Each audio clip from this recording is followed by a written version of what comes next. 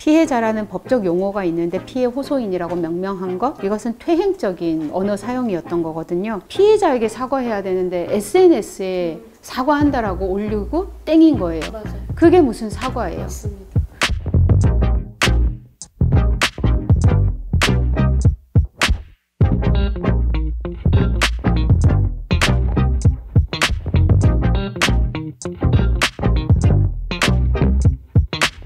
네, 변호사님 안녕하세요. 안녕하세요. 반갑습니다. 네. 고생 많으셨어요.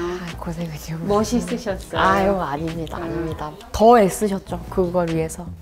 제가 뭐 애쓴 거는 별로 없고, 저는 그냥 제가 할 일, 변호사로서 제가 할 일을 한 건데, 오히려 제가 그 잘 견뎌주는 피해자를 통해서 그 힘을 얻고 용기를 얻고 그랬던 것 같거든요. 특히 이 사건의 경우에는 정말 못된 말로 공격하는 사람들이 많았는데, 만약 제가 그들이 믿고 싶은 것처럼 어떤 나쁜 의도를 가지고 특정 이런 정당 사람들에게 해를 가하기 위해서 이런 일을 시작했다라고 하면 여러 가지 면에서 그런 내용들은 드러났을 거라고 생각해요. 그런데 저는 그런 어떤 의도를 가지고 이 사건을 지원했던 게 아니고, 그쵸? 그런 외부에서 저에게 씌워진 그 틀, 프레임에 대해서 함께 지원했던 단체에 계셨던 분들이 저를 믿고 위로도 해주시고,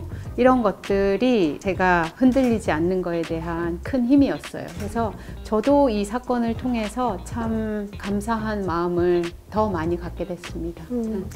박원순 성폭력 사건에 관련해서 오세훈 시장이 사과를 하면서 네. 성폭력 가해자에 대한 원 스트라이크 아웃제를 도입하고 네. 이후에 피해자의 회복을 위해 일상 복귀를 위해 만전을 기하겠다라는 이야기를 했었는데, 네. 그 원 스트라이크 아웃 제도 외에 지금 오세훈 시장이 해야 하거나 이걸 풀어나가기 위한 과업들이 있다면 어떤 게 있을까요? 저는 피해자의 안전을 지키는 일에 만전을 기해 주시면 좋겠어요. 직장 내의 성희롱 성폭력 피해자가 문제 제기를 하고 가해자들이 징계받거나 처벌된 다음에 피해자가 다시 직장으로 돌아가야 되는데, 그런 수많은 사례들 중에서 피해자가 그 직장에서 살아남지 못하고 직장을 그만두게 되는 경우들이 꽤 많이 있었거든요. 조직 내에서의 낙인, 수군거림 때문에 피해자들이 견디지 못하고 그 직장을 그만두는 거거든요. 그런 선례가 쌓이게 되면 누가 위력 성폭력, 직장 내의 성폭력에 대해서 용기 내서 목소리를 낼 수 있겠어요. 그런 측면에서 저는 이번 사건에서 이 피해자가 안전하게 업무 복귀를 하고 직원들, 동료들로부터 공감받고 지지받는다라고 하면 앞으로 발생할 수도 있는 많은 위력 성폭력 사건에 있어서 피해자들이 용기 낼 수 있을 것 같아요. 내가 문제 제기를 하고 신고를 해도 나중에 내가 다시 직장으로 돌아가서 동료들의 지지를 받으면서 내 일상을 유지할 수 있어.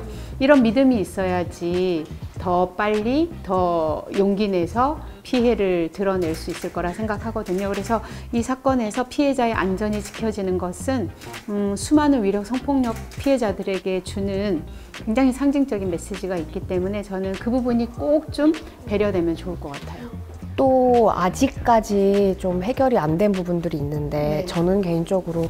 박원순 시장 사망 이후에 피해자에 대해서 2차 가해를 서슴지 않았었던 사람들 꼭 처벌하고 싶다는 마음이 들더라고요. 근데 많은 분들이 일단 사건이 좀 일단락된 거 아니야? 이제 끝 아니야? 라고 하는데, 피해자에게도 좀 도움이 되고 이 사건이 정의롭게 풀리기 위해서 저희가 추후에 좀 주목해야 하는 지점들이 있을까요?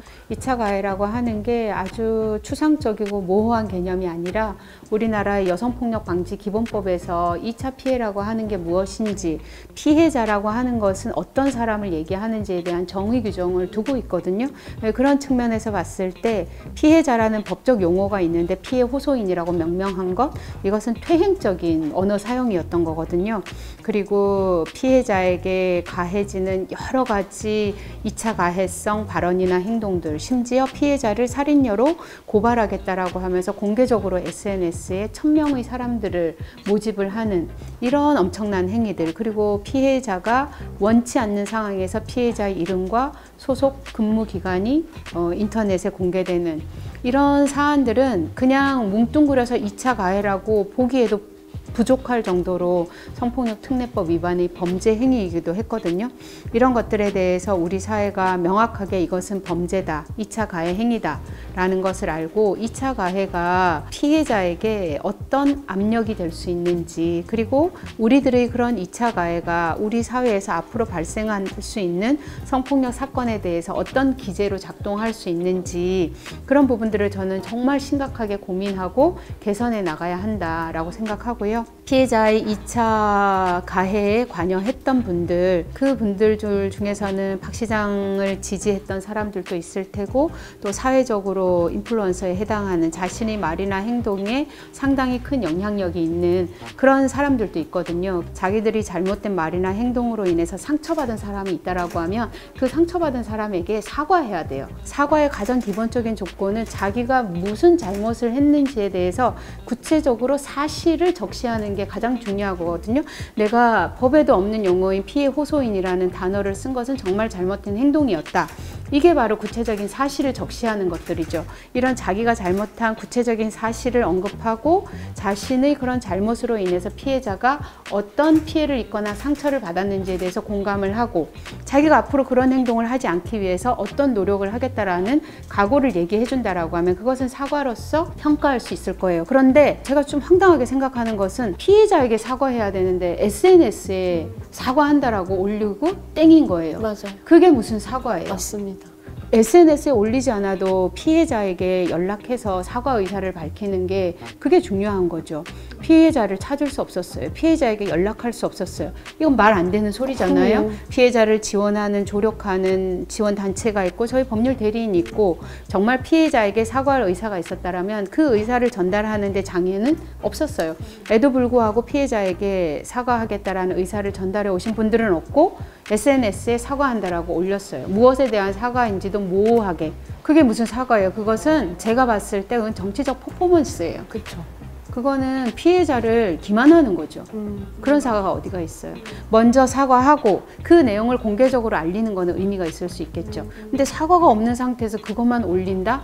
그거는 가식이에요. 제가 봤을 때는 안 하는 이만 못한 사과죠. 썩은 사과. 성폭력 사건이 끝까지 잘 해결될 수 있도록, 그리고 네. 우리 피해자께서 정말 안전하고 건강하게, 요거는 이제 종결된 사건이야가 아니라 또 문제가 나온다고 했었을 때 잘 인지하는 거, 그다음에 김재론 변호사님의 앞으로 성폭력 피해자들에 대한 변호는 계속 해나가실 거니까 그런 관심과 지지와 응원이 정말 절실한 것 같아요. 네, 열심히 하겠습니다.